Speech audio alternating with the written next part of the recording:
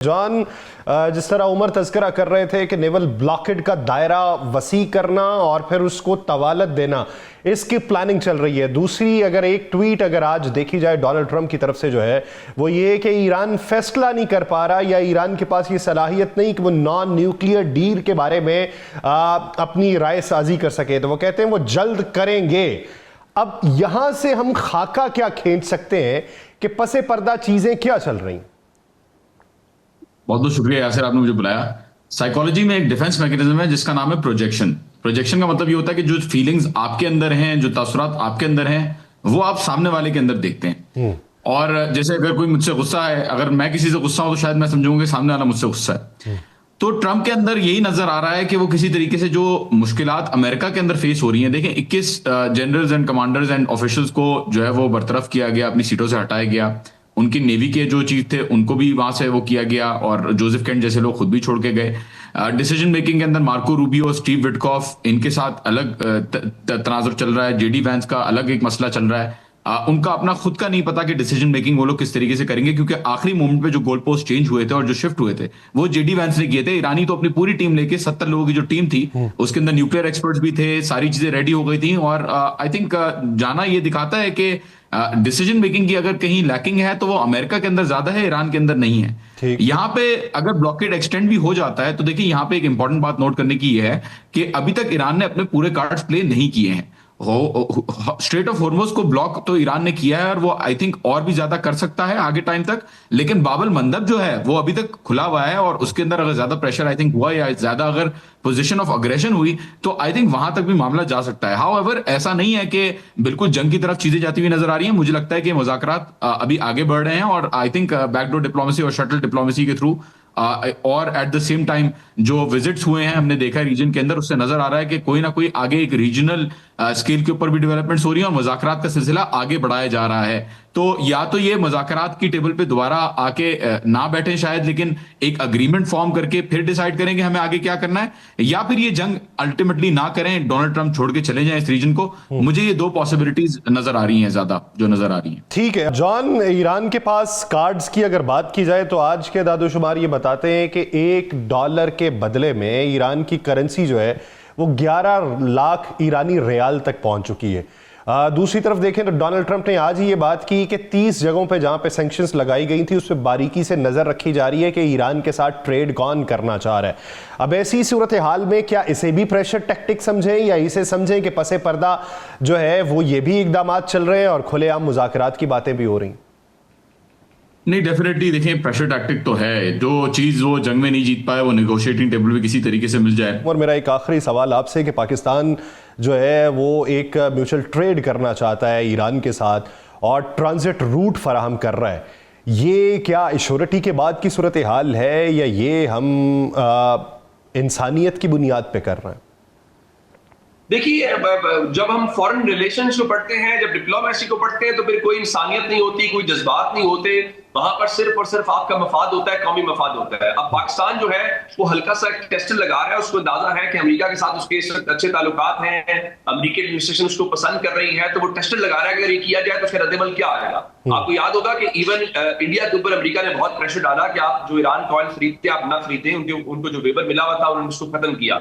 सो पाकिस्तान जो है वो सेंट्रल एशियन स्टेट्स तक जो रसाई है वो इस हवाले से दो तरीके से कर रहा है। वो टेस्टर लगा रहा है, नंबर 1। नंबर 2, आप जानते हैं कि अफगानिस्तान के साथ जो चीजें हैं उसको लेकर पाकिस्तान ये बताना चाहता है कि मेरी डिपेंडेंसी सिर्फ अफगानिस्तान के ऊपर नहीं है और अफगानिस्तान के ऊपर भी प्रेशर बढ़ाया जा रहा है कि हमारे पास अल्टरनेट रूट है, अगर आप ये करेंगे तो फिर हम वहां से जाएंगे, और वहां से जाएंगे तो उसका मतलब ईरान को भी आप गुडविल जेस्चर के तौर पर देखें ना, जब आपके ऊपर वॉर हो, आपका नेवल ब्लॉकेड हो, तो उसके बीच में ये चीज हो तो ईरानी भी इसके ऊपर खुश होंगे और पाकिस्तान जो है उसके ऊपर स्मार्टली प्ले कर रहा है। मैंने हवाला भी दिया कि $1 जो है वो तकरीबन हो चुका 15 लाख के करीब ईरानी रियाल के अभी जो मंजरनामा है। और फिर उसमें खबरें ये भी आती हैं कि डोनाल्ड ट्रंप कहते हैं कि 30 ऐसे सेक्शंस जिसके ऊपर सैंक्शंस लगा रखी थी उनके ऊपर कीनली ऑब्जर्वेशन हमने बैठाई हुई है कि कौन किसके साथ क्या ताउन जारी रखे हुए है।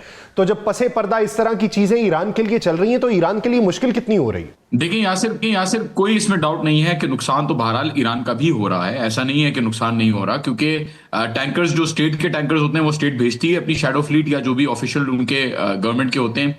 लेकिन प्राइवेट शिपिंग कंपनीज जो है हॉर्मोज के थ्रू ट्रेड नहीं भेज रही, अपने सामान को नहीं भेज रही। और उसके साथ साथ वेस्टर्न, ईस्टर्न और नॉर्दर्न रीजन में हमें नजर आ रहा है कि ईरान ट्रेड कर रहा है, तुर्की के थ्रू कर रहा है, पाकिस्तान के थ्रू कर रहा है, और कैस्पियन सी के तरफ से जो रास्ता है उसके थ्रू कर रहा है। तो नुकसान तो है, लेकिन इतना ज्यादा नुकसान नहीं है जितना डोनाल्ड ट्रंप बताते हैं कि फॉर एग्जांपल $500 मिलियन रोजाना की बुनियाद पर ईरान लॉस कर रहा हो।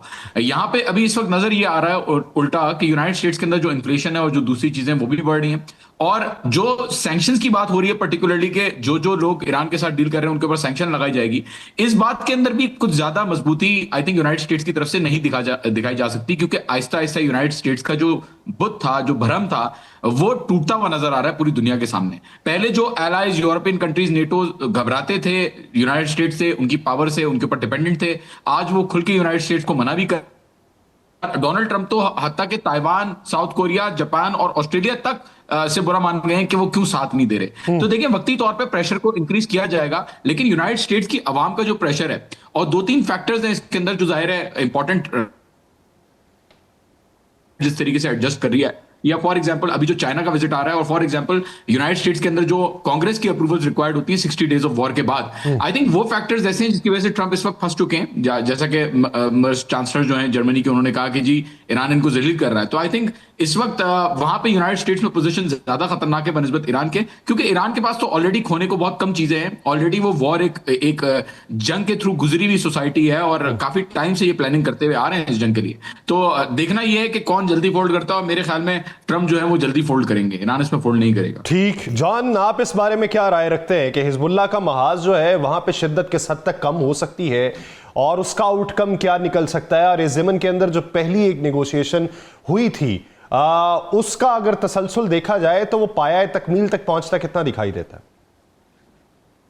देखिए, लबनान और इजराइल के बीच में जाहिर है, हिजबुल्लाह और इजराइल के बीच में जाहिर है टेंशन हमेशा से रहे हैं। आई थिंक हमेशा इनके टेंशन जो उस तरीके के हैं कि जो इंगेजमेंट्स होती हैं वो थोड़ी बहुत रहेंगी बॉर्डर तक, लेकिन ओवरऑल मैस इंकर्जन इजराइल की तरफ से ये चीज जो है वो एक सीरियस आई थिंक वायलेशन होगी, और वायलेशन अभी भी आई थिंक चल रही है जब वो अटैक्स कर रहे हैं साउथ लेबनान के अंदर। फॉर एग्जांपल काबरिका के अंदर, बारशीत के अंदर, काफरा के अंदर, इन सारी जगहों पे अटैक्स किए हैं इजराइल ने। आज सुबह भी, कल भी जो अटैक्स हुए थे उसमें 5 लेबनानी खवातीन, जिसमें एक हामला भी थी, और 3 बच्चे, 3 सिविल डिफेंस वर्कर्स लेबनान के अंदर, इन सबको शहीद किया गया इजराइल की तरफ से। तो कॉन्स्टेंटली आई थिंक इजराइल और हिजबुल्लाह इस चीज के अंदर, इस जंग के अंदर अभी भी इंगेज्ड हैं। दोनों फरीकैन, फॉर एग्जांपल जहां पे सीज लगी हुई है हिजबुल्लाह के इलाकों में, वहां पे सीज को खत्म करने के लिए हिजबुल्लाह भी एक्टिवेट हो रही है, और इजराइल के जो गोल्स हैं जो बॉर्डर इंकर्जन के अंदर उनको पीछे रिपेल करना है, वो भी कंटिन्यू रख रहे हैं। तो आई डोंट थिंक कि कोई भी मुआहिदा लेबनान को एक्सक्लूड करके होगा। पहले भी आपने देखा था कि जब मुज़ाकरात में ईरान जा रहा था